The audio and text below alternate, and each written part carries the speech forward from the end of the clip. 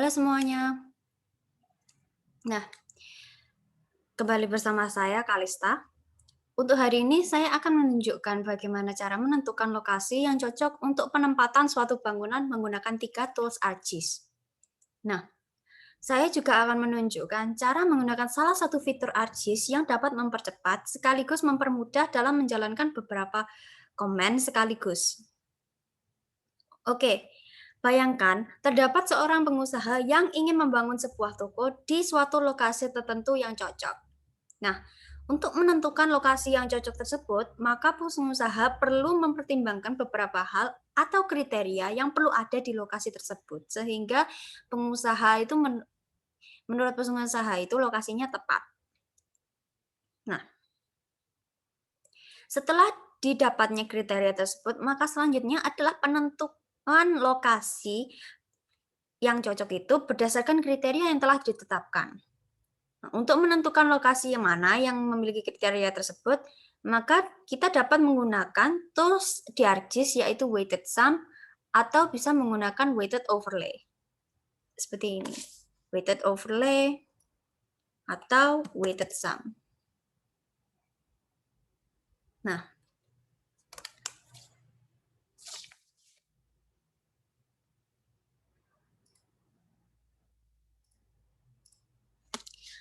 untuk weighted sum ini sendiri itu merupakan tools yang digunakan untuk mengoverlay beberapa raster menjadi satu dengan menjumlahkan hasil value pada setiap pixel yang ada.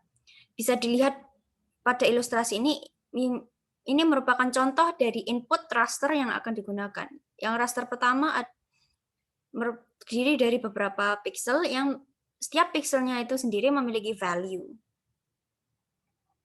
Nah,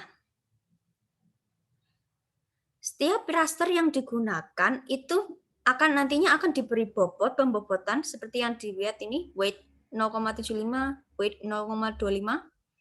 Nah, hal ini digunakan untuk menentukan raster mana yang lebih memiliki kepentingan. Jadi, bisa dilihat dari berdasarkan weight-nya ini, raster pertama ini memiliki bobot yang kepentingan yang lebih besar daripada raster kedua. Nah, dalam pemberian pembobotan harus diingat juga total penjumlahan dari bobot ini harus sama dengan 1. Jadi 0,75 jika ditambahkan dengan 0,25 sama dengan 1. Nah, untuk bentuk dari value setiap pixel pada raster input ini dapat berbentuk float seperti ini atau berbentuk integer seperti pada raster 2 ini.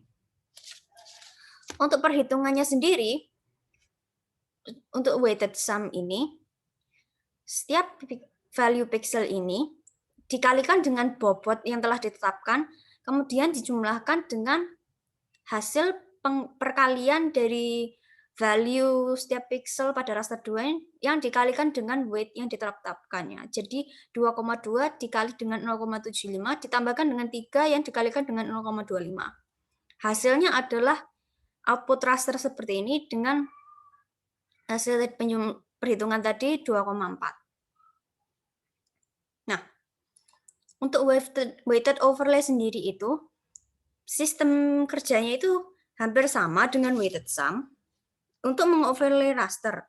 Namun perbedaannya adalah pada bentuk data, bentuk value pada setiap input data atau raster. Kemudian ada juga perbedaan pada salah satu elemen perhitungannya, yaitu di sini influence ini.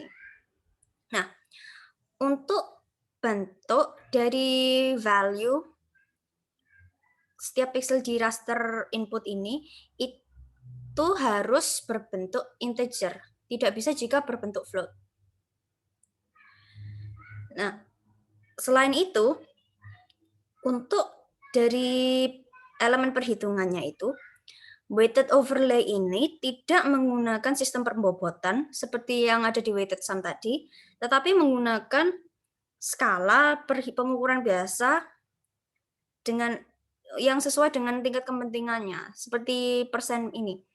Jadi kepentingan raster 1 ini sebesar 75%, berarti lebih besar daripada kepentingan dari raster 2.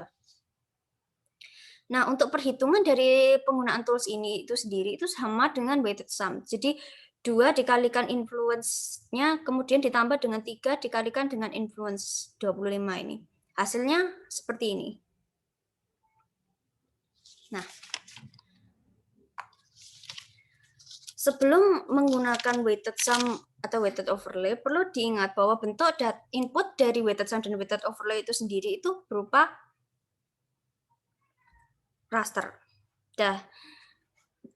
Untuk itu, maka jika input data yang kalian miliki itu berbentuk shapefile, maka perlu diganti menjadi raster terlebih dahulu. Nah, karena topiknya ini adalah menentukan lokasi yang cocok dengan kriteria yang telah ditetapkan, maka diperlukan lokasi yang dekat dengan kriteria-kriteria tersebut. Nah, lokasi mana yang dekat dengan kriteria 1 atau kriteria 2 dan kriteria 3. Untuk menentukan itu, maka akan digunakan Euclidean distance ini, tools ini. Nah, Euclidean distance ini digunakan untuk menghitung jarak Euclidean antara tiap pixel dengan source terdekatnya. Jadi, akan menghitung pixel mana yang lokasinya paling dekat dengan misal jalan. Nah, untuk perhitungan Euclidean distance ini, nanti hasilnya juga dalam bentuk raster. Nah, inputnya itu bisa dalam bentuk shapefile atau vektor, atau bisa telah berbentuk raster, namun belum memiliki jarak data Euclidean distance itu. Oke, kita akan masuk ke demonstrasinya. Bagaimana cara penggunaan tools-tools yang telah saya sebutkan itu. Nah, di sini saya telah menyiapkan beberapa data shapefile yang akan digunakan sebagai dalam demonstrasi ini. Nah, di sini untuk pemilihan lokasi tokonya, saya memilih pada Kecamatan Ambulu. Nah, untuk kriterianya yang menurut pengusahanya cocok itu dekat dengan jalan, dekat dengan permukiman, serta dekat dengan pesisir. Nah, tapi bisa dilihat di sini pada base map ini bahwa shapefile jalan, permukiman, pesisir ini tidak sesuai dengan bentuk dari Kecamatan Ambulu ini, sehingga melebihi dari batas kecamatannya. Nah, saya hanya ingin melihat data yang ada di dalam kecamatan ini, sehingga saya perlu mengklip atau memotong shapefile tersebut sehingga bentuknya sesuai dengan kecamatan ini. Namun jika saya memotongnya satu persatu, maka akan memakan waktu yang lama. Nah, untuk itu untuk mempercepatnya, kita bisa menggunakan salah satu fitur dari milik ArcGIS ini, yaitu model builder ini. Pada model builder ini, kita bisa menjalankan beberapa komen sekaligus sehingga akan mempercepat waktu dari proses ini.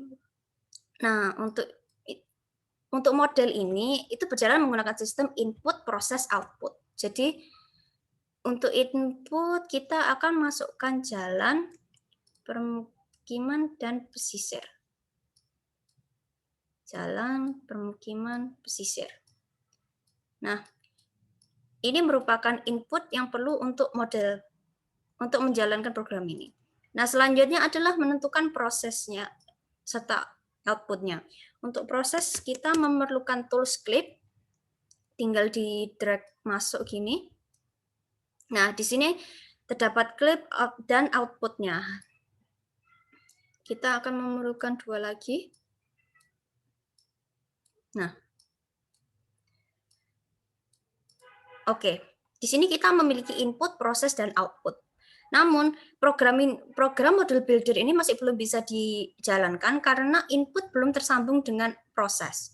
Jadi untuk menyambungkan kita tinggal mendrag gini, sehingga panahnya menghubungkan input dengan proses. Nah, Untuk itu selanjutnya adalah mengklik input features karena ini memang berfungsi sebagai input, ini juga. Nah, selanjutnya adalah penentuan parameter yang akan digunakan untuk menjalankan klip ini. Nah, karena jalan nantinya akan dipotong dalam bentuk kecamatan Ambulu ini, jadi untuk penentuan parameternya, nah, sini ada input, clip features, dan output. Sama seperti jika melakukannya satu persatu, pada geoprocessing ini nanti penentuan parameter untuk klipnya hampir sama dengan ini. Jadi untuk clip features-nya sebagai kecamatan Ambulu,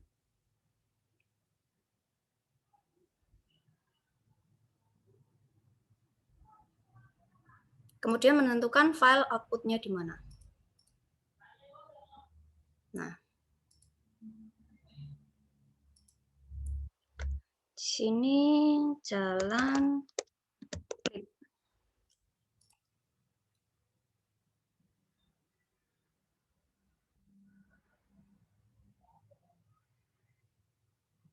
Oke.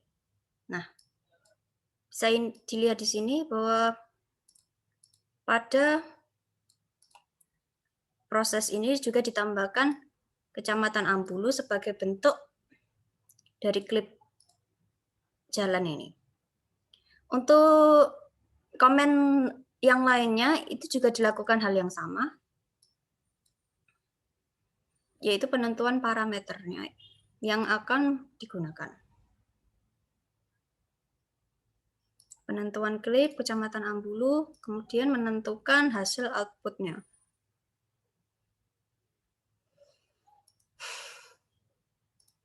Kasih output, folders,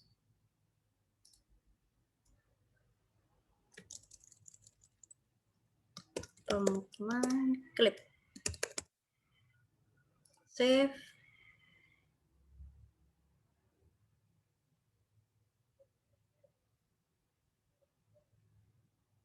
Oke. Untuk yang ketiga juga hal yang sama.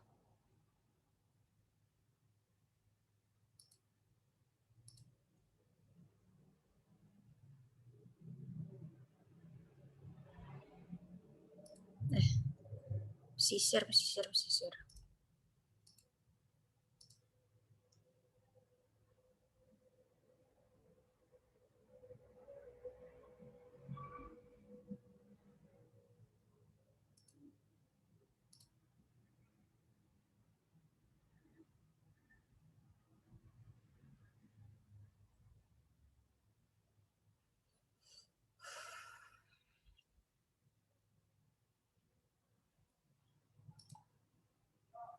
Penentuan outputnya pesisir, klip, save.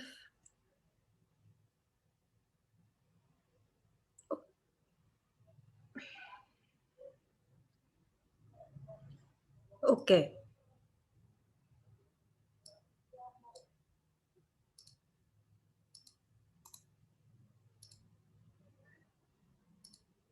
Nah, di sini kita selanjutnya adalah tinggal menjalankan programnya.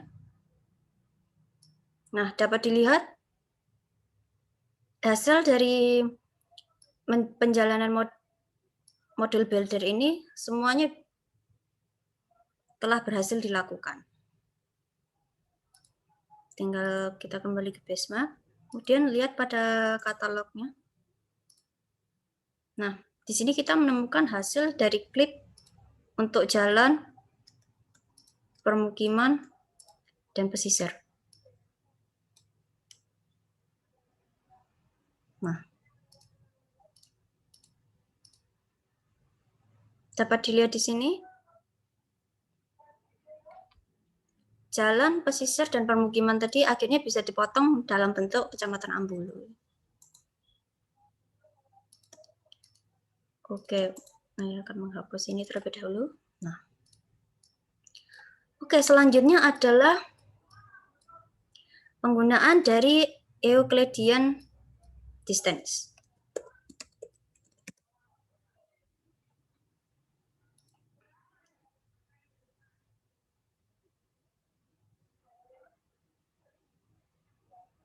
Nah, di sini kita mendapat bar input, output, kemudian input raster or feature barrier data, maximum distance, output cell size, decision method, dan lain-lainnya. Nah, untuk ini yang harus diisi merupakan input raster dan output distance raster. Untuk yang lainnya, pilihan lainnya ini itu optional untuk diisi. Jadi bisa diisi atau tidak. Untuk saat ini saya tidak akan mengisinya. Nah, kita memasukkan inputnya sebagai adalah jalan. Kemudian outputnya penentuan lokasi. Kita menentukan lokasinya, filenya diletakkan di mana. Di sini pada tanggal jalan save.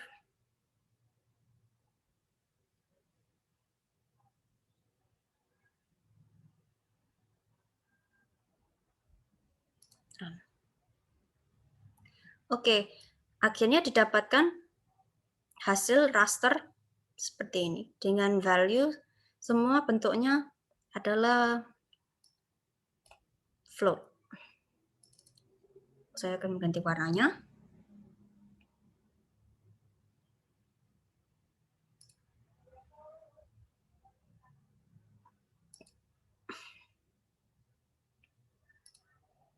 Nah, di sini bisa dilihat bahwa warnanya menggradasi. Semakin gelap warnanya ini, bisa dilihat di sini semakin gelap warnanya, value-nya 0. Berarti artinya warna yang gelap ini merupakan lokasi yang paling dekat dengan source-nya, yaitu jalan.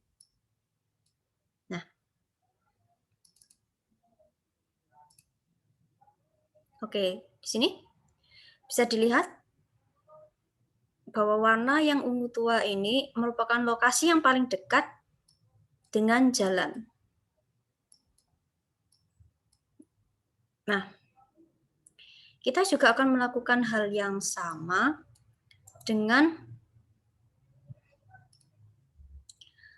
permukiman dan pesisir.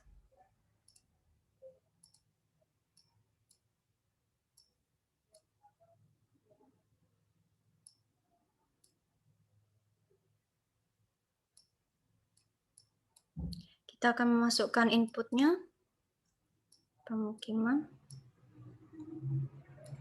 dan pesisir. Kemudian seperti langkah-langkah sebelumnya, kita tarik input raster, kemudian nah, kita juga bisa menentukan parameternya. Bisa dilihat bahwa parameternya ini sama dengan parameternya yang ini. Oke, kita menentukan temu EU.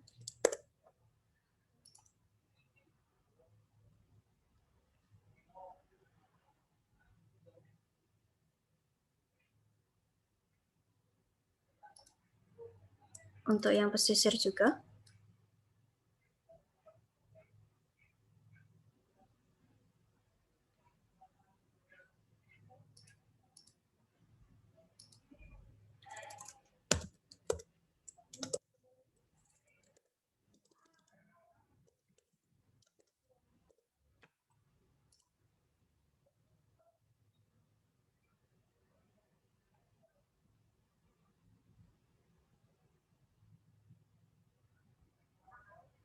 Oke, tinggal kita jalankan programnya.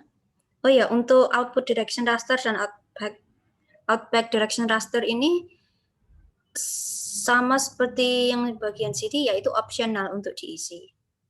Jadi kita tinggal run programnya. Dan setelah berhasil, kembali ke BaseNet. Pada katalog bisa dilihat hasil dari pembuatan rasternya, Euclidean-nya. Nah, tinggal diganti warnanya untuk melihat.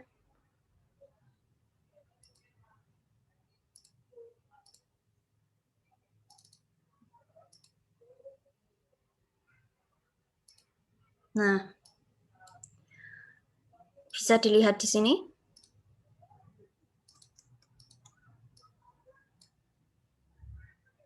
Hasil dari penggunaan Euclidean itu.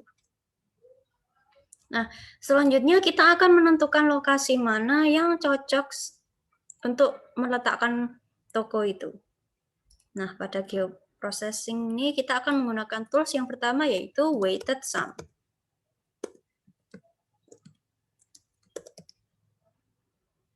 Nah, ini.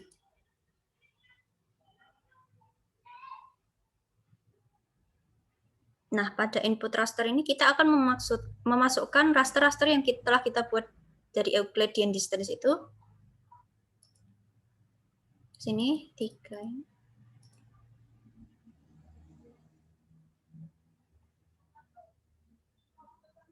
Nah, bisa dilihat di sini terdapat weight yang seperti saya jelaskan tadi merupakan bobot dari kepentingan setiap raster.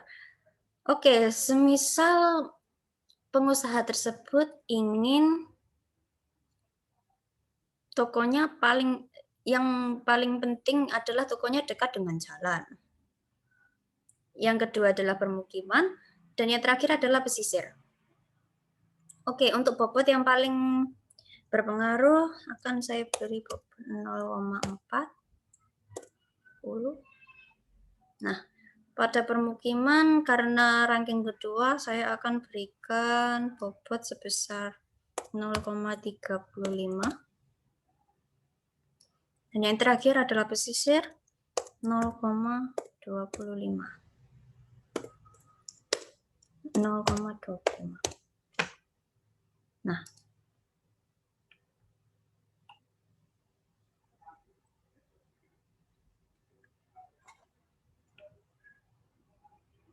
setelah kita menentukan bobotnya, kita menentukan outputnya di mana. Sum trial. Save.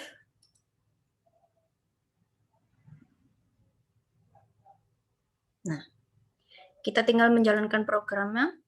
Kemudian akan ditemukan hasil lokasi mana yang sekiranya sesuai untuk meletakkan toko tersebut. Nah, di sini merupakan hasil overlay dan penjumlahan dari raster pesisir, pemukiman, dan jalan. Nah, bisa dilihat di sini gradasi warnanya. Semakin merah warna dari raster ini, berarti lokasi semakin cocok untuk menetapkan toko tersebut. Jadi, bisa dilihat di sini. Lokasi ini adalah yang paling cocok karena paling dekat dengan pesisir, dekat dengan permukiman, serta paling dekat dengan jalan. Nah, begitulah hasil dari penggunaan weighted sum. Selanjutnya kita akan mencoba menggunakan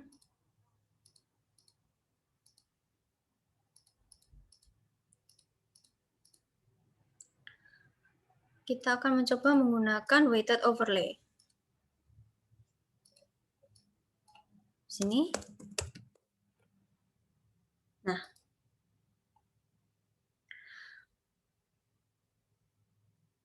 oke, pada weighted overlay ini kita akan memasukkan hasil dari Euclidean. Nah, namun terdapat sebuah kesalahan. Bisa dilihat, tidak ada data yang bisa dimasukkan. Dan jika dipaksa, misal, kita memasukkan secara manual seperti ini. Misal, jalan kita masukkan. Nah, bisa dilihat terdapat tanda silang ini yang berartinya terjadi suatu error, di mana input raster jalan EU tadi itu tidak berbentuk integer. Jadi data yang dari jalan Euclidean ini hasilnya bukan integer tapi float. Nah, karena tadi setelah dari penjelasan bisa diketahui bahwa weighted overlay perlu berbentuk integer, maka yang perlu dilakukan sebelum menggunakan weighted overlay ini adalah mengganti value dari hasil Euclidean tadi menjadi integer. Nah, untuk itu kita akan menggunakan reclassify.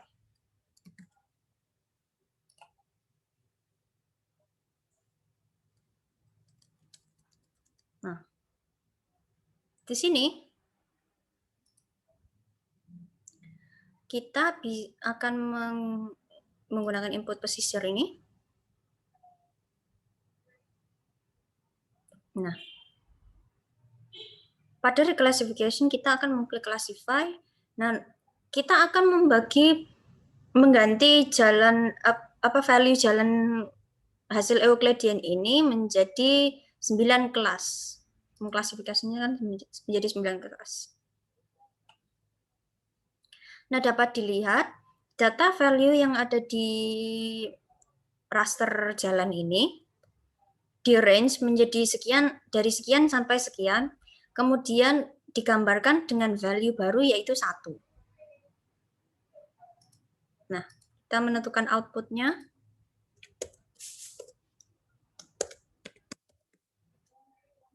Save.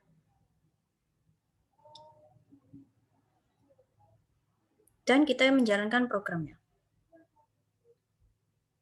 Nah, hasil dari reclassify bisa dilihat lebih jelas perbedaan warnanya. Menjadi 9 kelas. 1, 2, 3, 4, 5, 7, 8, 9. Nah, kita akan melakukan hal yang sama dengan pesisir dan permukiman. Jalan dan permukiman.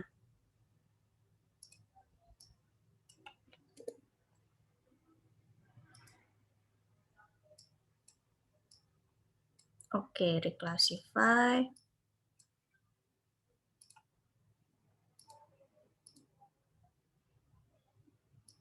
Permukiman dan jalan.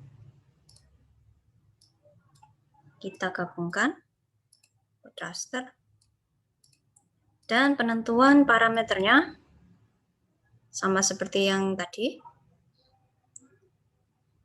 Input raster, kemudian classify, 9, oke. Nah, seperti ini. Kemudian tinggal menentukan outputnya di mana. RCLS, save.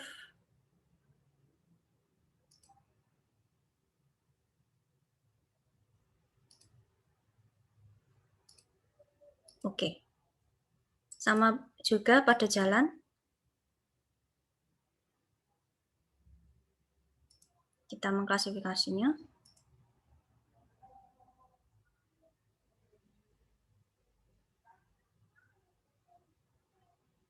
Penentuan outputnya.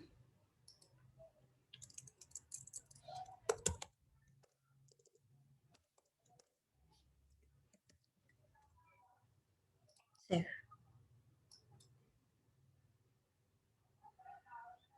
Dan oke. Tinggal di run programnya dan hasilnya sudah selesai. Oke, selanjutnya adalah pada katalog kita tinggal memasukkan hasil dari reclass tersebut. Nah, di sini kita mendapatkan hasil dari reclass yang value-nya semuanya adalah integer. Nah, selanjutnya kita akhirnya bisa menggunakan weighted overlay tersebut.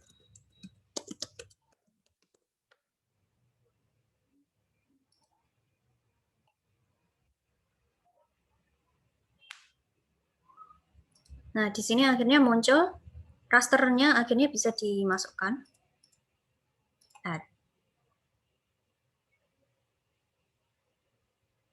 Nah, di sini kita tinggal menentukan tingkat kepentingannya. Ya, yang tadi permukiman paling dekat dengan jalan dengan bobot misal 40. Untuk pemukiman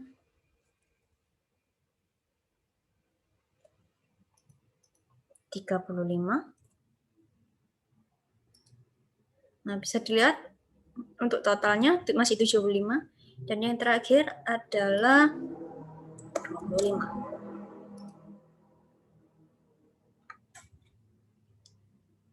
Nah, setelah dijumlahkan hasilnya memang 100. Kemudian terakhir adalah menentukan outputnya di mana.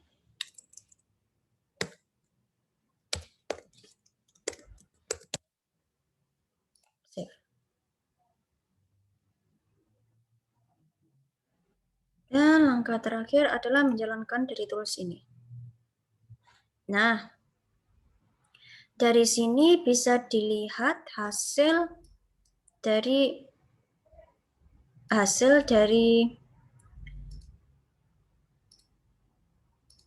weighted overlay. Nah, warna yang merah ini memiliki value 1, yang artinya lokasi yang paling cocok untuk diletakkannya toko tersebut.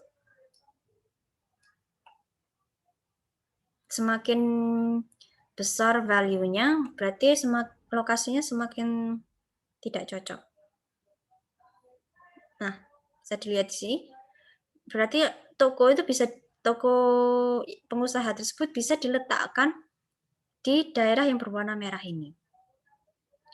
Hasil dari weighted overlay dan weighted sum kurang lebih sama. Cuman yang membedakan adalah gradasi warnanya. Di sini bisa terlihat semakin merah warnanya semakin cocok, sedangkan di sini hanya memiliki tiga value.